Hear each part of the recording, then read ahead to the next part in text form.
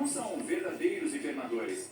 Se tentar acordar um durante o inverno, quando se acredita que o animal está dormindo, você poderá se dar mal. Sim, eles desaceleram o ritmo, dormindo por períodos extensos de tempo. Mesmo assim, não dormem o inverno inteiro. Se ouvir barulho, ele acordará na hora, então é melhor ficar longe. Não acredite em mitos. As tesourinhas não botam ovos dentro de seus ouvidos. Elas não estão interessadas nesse lugar. Bem, pelo menos não há evidência alguma de que elas querem ir para lá. Esses insetos preferem ficar em locais escuros e úmidos, como debaixo de cascas de árvore ou na terra. Então seus ouvidos são fora de cogitação. E aí, pesquisando sobre animais na internet? Bem, muitas pessoas acreditam que os caracóis são apenas lesmas com conchas, mas embora eles sejam parecidos, são espécies totalmente diferentes. As lesmas não precisam de nenhuma concha protetora, já que todos os seus órgãos internos são bem internos, ficam dentro de seus corpos gosmentos. Elas conseguem impulsionar seus próprios corpos para entrar em locais de difícil acesso, como debaixo de um tronco de árvore, dentro de frestas pequenas ou até na biblioteca, fingindo estarem estudando para uma prova. Os caracóis, por sua vez, são firmemente conectados às suas conchas e não conseguem sobreviver sem elas. Ao contrário dos caranguejos eremitas, que trocam de concha à medida que crescem, os caracóis já nascem com uma concha presa às costas. Os filhotes deles são lindinhos, com aquelas bolhas frágeis e translúcidas que vão se calcificando e se tornando mais duras com o tempo. Fofo. Muitos dos órgãos internos dos caracóis ficam dentro da concha também. Então, se ela for amassada ou quebrada, o animal provavelmente não sobreviverá. Mesmo assim, um caracol consegue reparar pequenos arranhões e rachaduras na concha, com a ajuda de proteínas e do cálcio excretado por seu manto. As tartarugas são muito parecidas com os caracóis nesse sentido, pois ao contrário do que muitos pensam, elas não conseguem deixar seus cascos para trás. O casco de uma tartaruga é parte integral de seu corpo, e apesar de esse réptil ser capaz de esconder sua cabeça e suas patas dentro dela para se proteger de predadores, seu esqueleto é fundido com aquele casco duro. Assim como o esqueleto de qualquer outro animal, o dela cresce com o seu corpo. Os koalas comem só folhas de eucalipto, mas existem mais de 600 tipos diferentes delas. E os koalas comem 30, ou seja, só 5% do que está disponível no cardápio. Então, é preciso ter uma árvore de eucalipto bem específica para alimentar um koala mais exigente. Essas adoráveis criaturas também têm uma coisa em comum com os gatos domésticos. Elas dormem de 18 a 20 horas por dia. Caraca! Os ursos polares não são totalmente brancos. A pele deles, que fica debaixo daqueles pelos todos, é preta. Sabia? Eu sei por causa que um vídeo da Luna, né? Aí, o vídeo da Luna,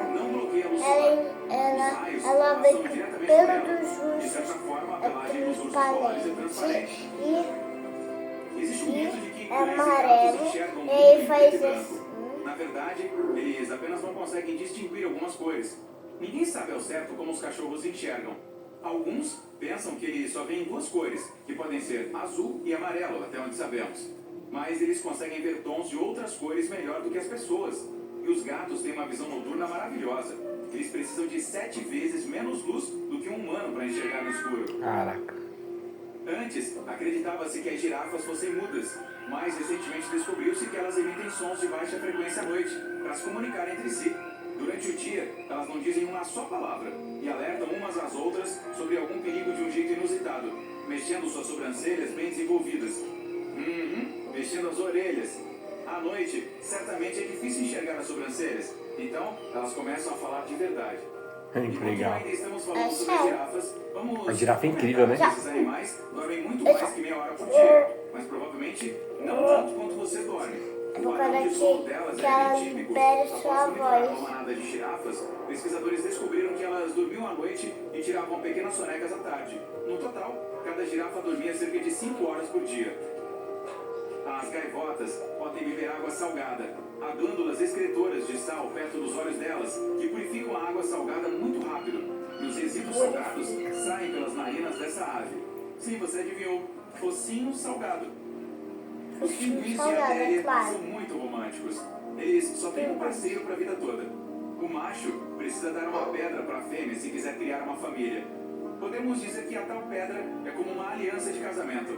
Assim como os humanos, porém a fêmea pode recusar o presente. E por falar em amor, as raposas também são românticas.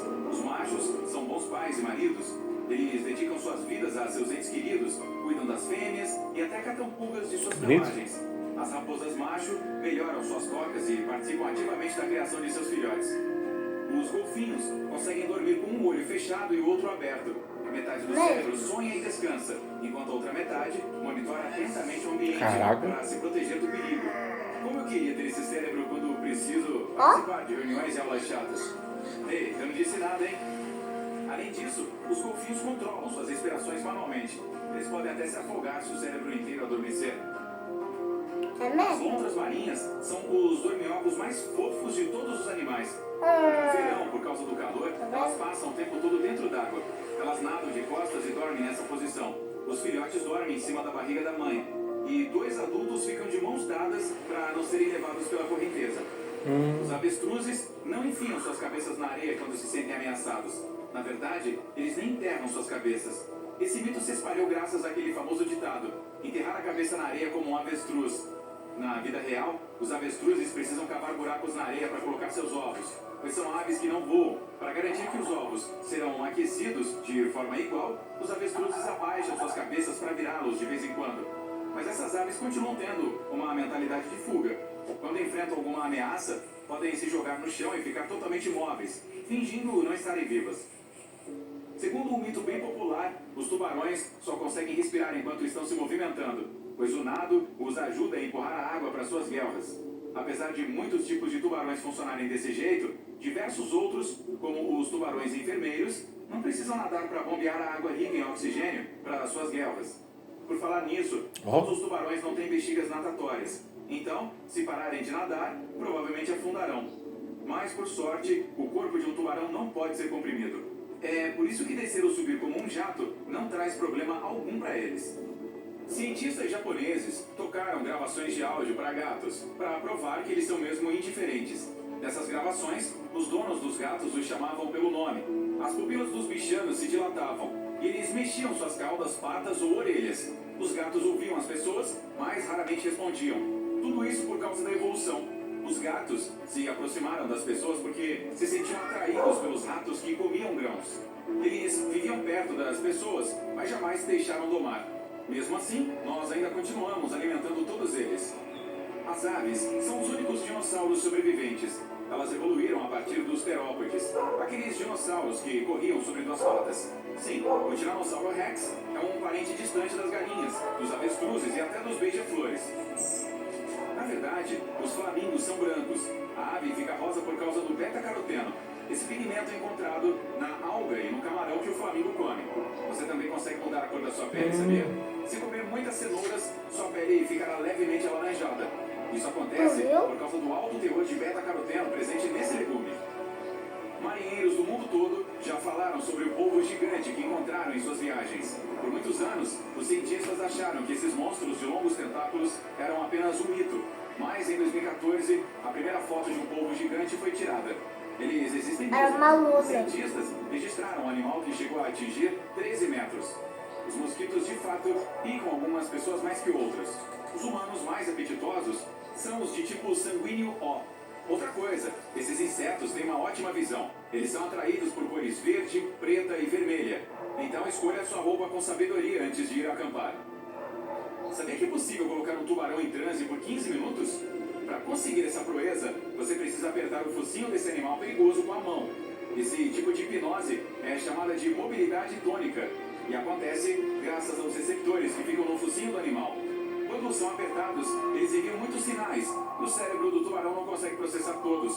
O que não ensinaram é como se aproximar o suficiente de um tubarão a ponto de apertar o focinho dele. Essa informação é de suma importância, você não acha?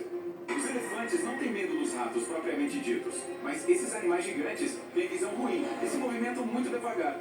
É por isso que eles podem se assustar com um passarinho ou qualquer outra criatura como um rato que passar feito um relâmpago por eles. É só susto, nada mais. O camaleão consegue mudar de cor, mas não faz isso para se camuflar. A mudança de cor ajuda o animal a regular sua temperatura e a se comunicar com seus companheiros. Quando a maioria dos cães fica ofegante, pendura a língua para fora da boca. É por isso que muitas pessoas acham que é assim que eles suam. Na verdade, as glândulas sudoríparas dos cachorros ficam em suas patas. Além disso, há outras glândulas sudoríparas espalhadas por seus corpos. Os cães ficam ofegantes qualidade de suas passagens nasais, línguas e da parede dos pulmões. Isso também os ajuda a resfriar o corpo. Você pode deixar as vespas em paz, mas não confie que elas farão o mesmo. As abelhas respeitam os territórios humanos, então se você não as incomodar, elas não picarão. Já as vespas são tão mal-humoradas que podem picar você, mesmo se estiver apenas passando perto do ninho delas. Credo, que insetozinho encrenqueiro! Bichos preguiça podem prender a respiração por mais tempo do que golfinhos. Sim, inacreditável, mas é verdade. Eles diminuem tanto a frequência cardíaca que podem ficar sob a superfície por até 40 minutos. Ao contrário dos peixes, golfinhos e baleias são mamíferos aquáticos, o que significa que não conseguem respirar debaixo d'água. Quando se trata de respirar, eles são mais parecidos conosco do que com os peixes. Ambos têm pulmões e respiram ar através de algo que conhecemos como espiráculo. Quando estão sob a superfície, prendem a respiração até subirem para tomar um pouco de ar novamente. Golfinhos podem ficar debaixo d'água por 10 minutos. Um cachalote pode prender a respiração por 90 minutos, enquanto o elefante marinho detém o recorde quando se trata de mamíferos aquáticos, e pode ficar debaixo d'água por 2 horas sem ter que subir. Nossa. Existe uma vespa tão pequena, muito menor que seu nome, que é menor que uma ameba. Mesmo que as amebas só tenham uma célula. Você pode ver que essa vespa tem as mesmas partes do corpo que os outros insetos. Asas, cérebro, olhos e tudo mais. Mas é uma versão muito pequena de um inseto, já que tem apenas 0,2 milímetros, 1/5 de um milímetro de comprimento. O menor inseto adulto que conhecemos é uma vespa parasitária, com um grande nome. Também conhecida como fada voadora. Seus machos não têm asas, são cegos e têm apenas 0,13 milímetros de comprimento. Não é coincidência que cada espécie animal tenha cores e padrões diferentes. Uma das razões para isso é ajudá-los a se destacar ao procurar seus potenciais parceiros de acasalamento ou avisar aos predadores que eles são venenosos e esperar que essa mensagem seja compreendida. Depois, há predadores de emboscada, como tigres. É muito importante que eles permaneçam invisíveis, porque a diferença é enorme. Se suas presas os virem antes de eles chegarem, ficam sem janta naquela noite. Mas por que exatamente os tigres são laranja? Para nós, laranja é uma cor usada para coisas que precisam ser visíveis. Por exemplo, itens como coletes de segurança ou cones de tráfego. Aos olhos humanos, o laranja se destacará no ambiente.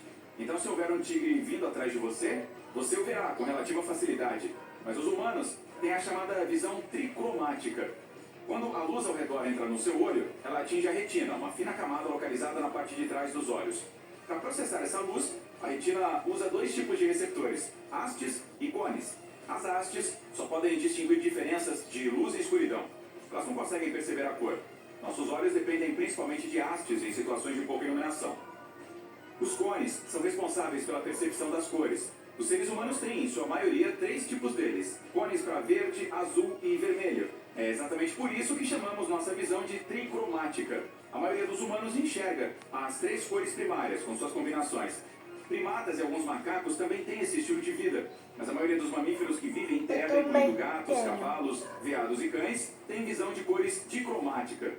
As retinas nos olhos têm cones apenas para 2 cores, verde e azul. Quando os seres humanos obtêm informações apenas de seus cones verde e azul, eles são considerados daltônicos, pois não conseguem, por exemplo, dizer a diferença entre verdes e vermelhos.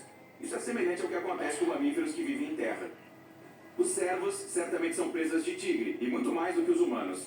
Eles não enxergam os tigres como laranja, mas como verdes. Tigres verdes certamente seriam mais difíceis de detectar, o que significa mais jantar para tigres. Mas a evolução ainda optou pelo laranja, porque é simplesmente ganhar até R$ 1.100 por semana para pagar seu IPVA. Muita coisa interessante, Não dá né? pra perder essa oportunidade de pagar. Os animais que eu já sei, aí já era. Então vou ficar Se falando. aproximava cada vez simplesmente mais fácil produzir essa cor.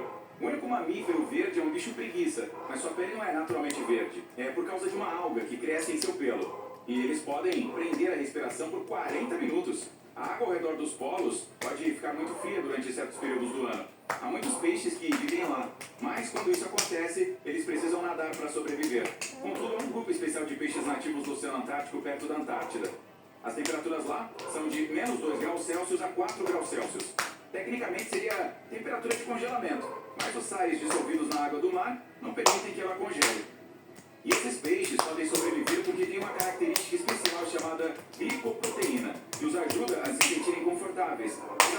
espécie de anticongelante natural. É uma proteína que impede que todos esses cristais de gelo se formem em seu sangue e ajuda que ele continue fluindo normalmente. Você já experimentou como pequenos animais como formigas respiram? Imagina, a Sofia tá Tente dormindo. abrir a boca e a garganta, mas ao mesmo tempo mantenha o peito e o diafragma parados.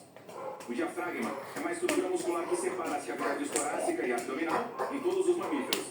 Ela se expande à medida que você respira. Se você fizer isso, não poderá prender a respiração, porque o oxigênio ainda encontrará um caminho para entrar em seus pulmões. Pelo menos o suficiente para acompanhar as demandas do seu corpo.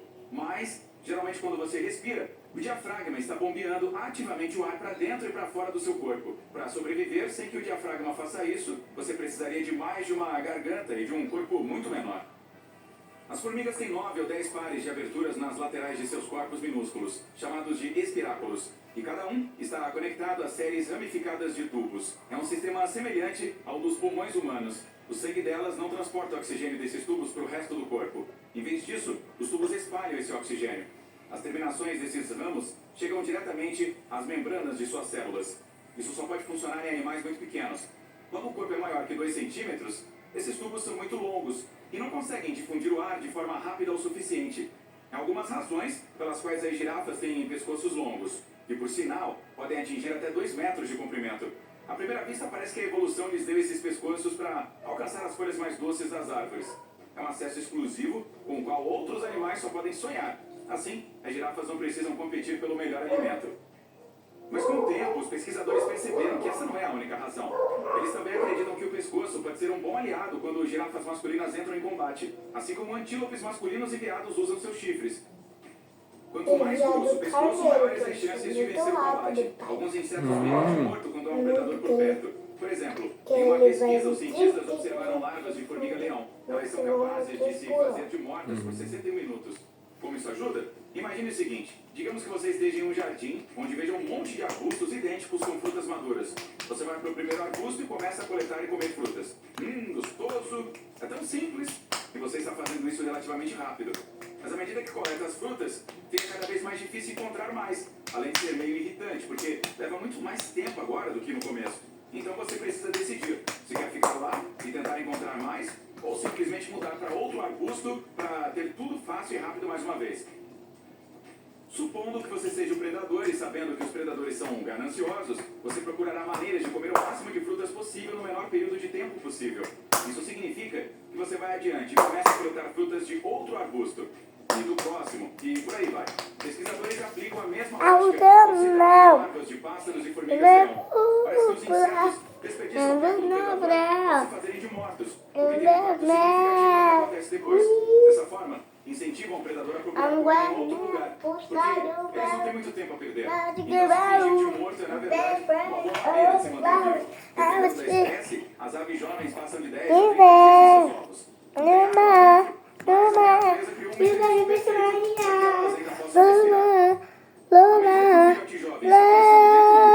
Ele desenvolve a partir do intestino um tipo de estrutura oca e semelhante a um saco. É como uma bolsa minúscula que se funde com uma segunda membrana que circunda o pintinho e a sua gema. Então, uma extremidade é presa ao pintinho, enquanto a outra está perto da superfície interna da casca do ovo. Dessa forma, essa membrana especial age como tecido pulmonar e conecta o mundo exterior ao sistema circulatório do pintinho. A maioria dos animais tem 2 olhos, mas algumas espécies precisam de mais. Por exemplo, alguns répteis, anfíbios e peixes têm um terceiro olho no topo da cabeça. Não é algo que melhora muito a visão deles, mas simplesmente os ajuda a navegar pela luz Eu não sabia isso. e a regular a temperatura corporal. Muitos invertebrados têm mais de 2 olhos. A maioria das aranhas tem 8. Dessa forma, elas podem identificar suas presas mais facilmente. Se você acha que seus pais foram muito duros com você, talvez essa lista de animais negligentes te dê um maior entendimento sobre maus pais. Os cavalos fêmeas ou éguas têm um período de gestação de cerca de 1 ano. Pode parecer muito tempo, mas os elefantes não concordam com isso. Eles carregam seus filhotes por até 22 meses antes de dar à luz. Nossa. Ao contrário dos outros animais que preferem descansar à espera da chegada da cria, para as éguas, a gravidez significa festa. No momento em que a égua engravida, ela sai para passear pelo rebanho e acasala com todos os garanhões. Embora pareça sem sentido, pois ela já está grávida, há uma explicação razoável. Os cavalos machos são bastante orgulhosos e agressivos com seus rivais. Mas se um garanhão pensar que o potro novo é dele, as chances de que ele machuque o filhote cairão para zero. Portanto, a intenção real das éguas é manter os potros seguros, tornando impossível para os garanhões determinar quem é o verdadeiro pai, o que é uma boa qualidade materna. É por isso que as éguas estão no final da nossa lista. As fêmeas do cuco são famosas por abandonar seus filhotes antes mesmo de nascerem. Elas simplesmente põem ovos nos ninhos de outras aves e partem para sempre. É difícil distinguir os ovos nativos dos abandonados. Por isso, as azaradas aves que adotam incubam a todos igualmente. Enquanto isso, os pássaros cucos desfrutam da vida livremente. Infelizmente, esse não é um acordo em que todos saem ganhando. O filhote de cuco traz caos e perdas para os pais adotivos. Ele cresce mais rápido e eclode mais cedo, fazendo com que os filhotes menores de raça pura caiam do ninho. Os pardais são tão fofos, mas não se deixe levar por esse rostinho inocente. O pardal fêmea é uma mãe boa e carinhosa, mas também uma madrasta furiosa que pode assustar até a Cinderela. Os pardais são tipicamente monogâmicos, mas às vezes podem ter relações extraconjugais. Ai, meu pai. O RH demora muito para fazer o pedido de benefícios dos seus colaboradores. Sabe o que significa? Pedir benefícios e ganhar o jubiloso! Você pode ter o que é bom, ou você pode ter o que é fácil.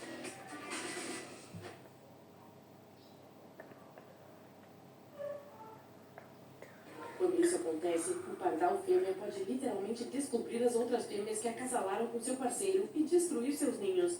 Por quê? Apenas para garantir que o pardal macho tenha tempo suficiente para ser pai de sua própria prole. Aparentemente, elas nunca ouviram falar de babás.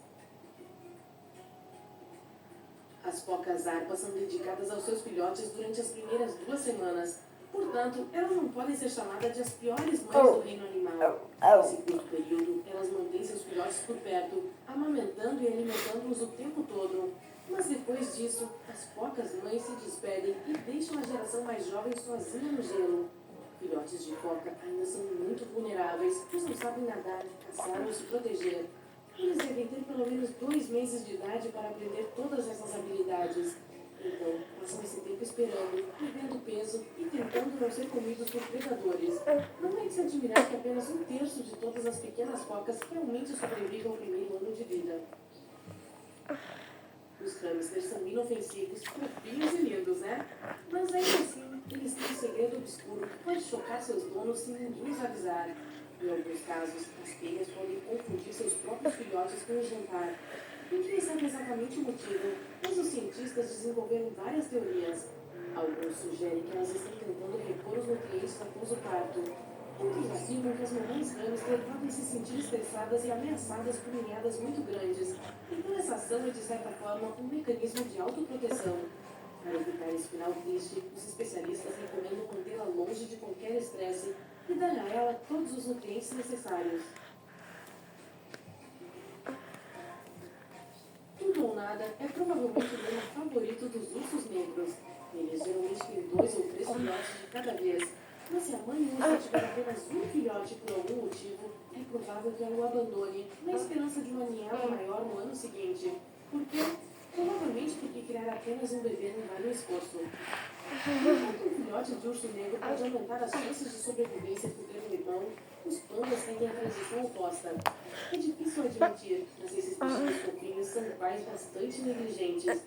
As mamães pandas geralmente têm gêmeos, mas preferem cuidar de apenas um deles.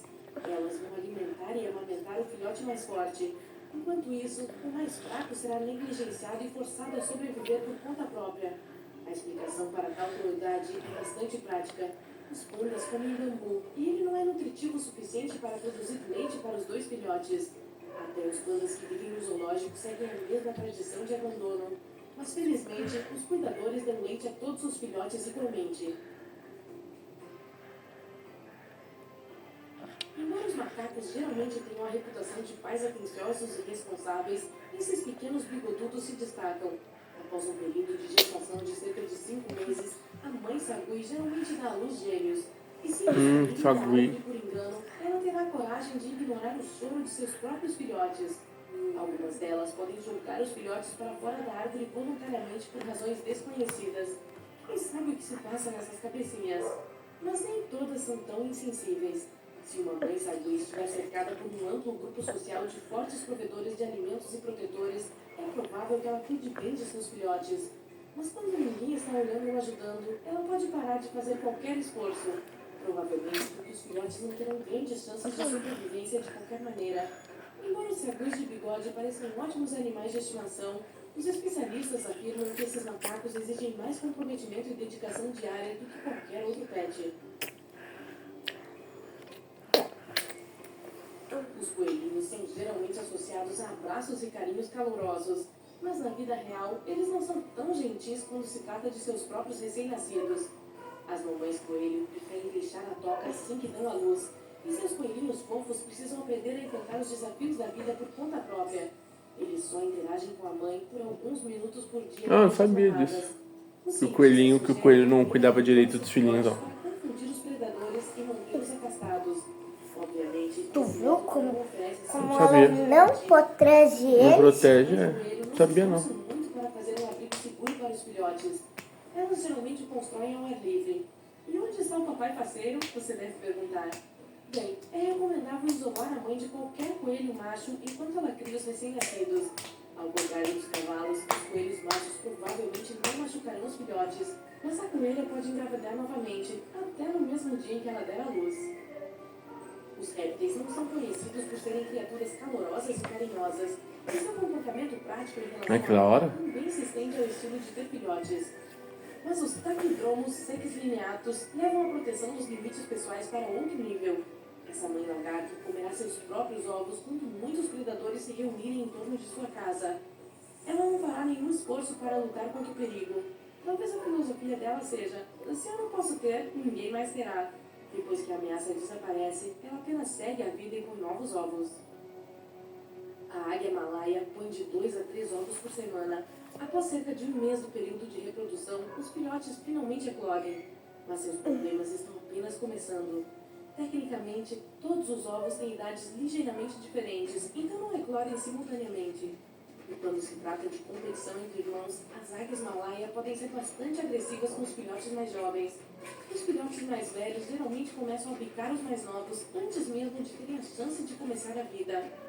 Provavelmente para reduzir a competição por comida e espaço. Mas a mamãe águia nem tenta separar seus filhotes. Mesmo que a luta leve a ferimentos graves, ela não repreende o vencedor nem salva o perdedor. Aparentemente, sua atitude indiferente deve preparar os filhotes para a dura vida de uma águia adulta. Afinal, é uma ave de rapina e mantém o hábito de caçar mamíferos e outras aves em seus ninhos ao longo da vida. E foi dada a largada. O crocodilo do Nilo passa facilmente hipopótamo. Eles estão nadando rio acima contra a forte corrente. E o corpo do crocodilo foi feito para nadar em águas difíceis. Ele pesa o equivalente a até 2 geladeiras e é considerado o réptil mais pesado da Terra. É capaz de se deslocar a até 35 km por hora. O hipopótamo não sabe nadar. Na verdade, só anda pelo fundo do rio e se impulsiona de qualquer rocha que encontrar. Ele consegue fechar as narinas sempre que quiser para poder deslizar um pouco pela água. Mas não é páreo para o crocodilo. O crocodilo chega à costa e começa a correr pelo campo. Mas é melhor sair do caminho, pois o hipopótamo está chegando perto e acelerando pelo terreno plano. Mesmo sendo enorme, ele pode correr mais rápido que um humano. O crocodilo estava quilômetros à frente, mas o hipopótamo é mais veloz a pé e cruza a linha de chegada. Acabou! Bip, bip. Ei, papaléguas! Do que você está fugindo? Espere! Para tudo! Aquele coiote está se aproximando rápido. Está bem atrás de você. O papaléguas chega até 30 km por hora e ainda um pouco mais quando está realmente com fome. Apesar do que vemos nos desenhos animados, o coiote é na verdade mais de 2 vezes mais veloz que o papaléguas. Mas a versão cartoon é muito mais engraçada. Na raia 1 das densas selvas da América do Sul, há devagar e sempre preguiça. E logo depois dela, na raia 2, temos um típico caracol de jardim. E começou! Agora é o animal mais lento da Terra. Com a velocidade máxima da preguiça atingindo 0,3 km por hora, não é de admirar que a chamem de almofada móvel gigante. Bem, eu a chamo assim. O caracol começou bem. Ele consegue avançar um bom trajeto em cerca de 1 hora. Essa criatura sem ossos tem apenas um pé, que é coberto por um limo protetor. está muito embaçado para ver, mas acho que a preguiça ainda está no mesmo lugar. E agora está dormindo. Ela provavelmente ficará assim durante toda a corrida. Uma preguiça pode dormir 15 horas por dia. E dormir por mais da metade da vida. Veja, o caracol saiu daquele trecho ensolarado. Próxima parada, um com sombra. A disputa está acirrada. Teremos que esperar até que a preguiça acorde para voltar para a corrida. Um urso cinzento pode facilmente ultrapassar um humano. Se vocês tiverem um piquenique ou algo muito gostoso, é melhor deixar o seu almoço para trás. O mais rápido que um humano consegue correr é a 45 km por hora. Marca estabelecida, é claro, por Usain Bolt. Então ele provavelmente conseguiria fugir a tempo. Se você for mais lento do que ele, então está em apuros. Em uma corrida cara a cara com o urso cinzento, você será o almoço todas as vezes. Mas de todos os ursos, qual é o mais ligeiro? Ursos polares, cinzentos, pardos, malaios e o fofo panda. Em suas marcas. Preparar? Já! A tensão é visível. O urso cinzento e o pardo estão disputando garra a garra. O pardo consegue correr tão rápido quanto o cinzento. O malaio é o menor deles. Ele tem cerca de 2 metros de comprimento, ou altura, ou o que for. E simplesmente não consegue acompanhar. O urso polar começou bem, mas simplesmente não tem a velocidade do cinzento ou do pardo. O cinzento assume a liderança. Não, é o pardo. Agora o cinzento. Espere, onde está o panda? O que ele está fazendo? Acho que esse carinha não sabe que está em uma corrida, mas... Não, fofura. Acabou de devorar sua terceira vara de bambu. Um urso panda pode comer até 13 quilos de bambu por dia. Isso é tipo um monte. Mas ele está fora. Encontrou um atalho e está rolando morro abaixo. Ele passa zunindo pelo urso cinzento e pelo pardo. Tudo encerrado. O panda venceu. Desculpem, ursos. Todos nós sabemos que o panda não é exatamente rápido. Na verdade, é um dos ursos mais lentos. Ainda assim, se você vir um panda rolando morro abaixo na sua direção, corra. Um Boeing 747 tem uma velocidade máxima de cerca de 1000 km por hora. O pássaro mais rápido é o albatroz de cabeça cinza. Ele pode chegar até 130 km por hora e permanecer voando por 10 horas sem pousar. Caraca. O falcão peregrino é mais veloz, mas apenas quando está mergulhando direto para pegar alguma comida. Cuidado, pombo! Uau! Aviões grandes demoram muito para decolar, mas e o albatroz? Ele sai do chão e chega lá em cima em poucos segundos e está na liderança. Mas alguns minutos depois... De volta em câmera lenta, a preguiça está acordada, o que é bom. Mas até agora só conseguiu levantar o braço para alcançar aquele galho de árvore.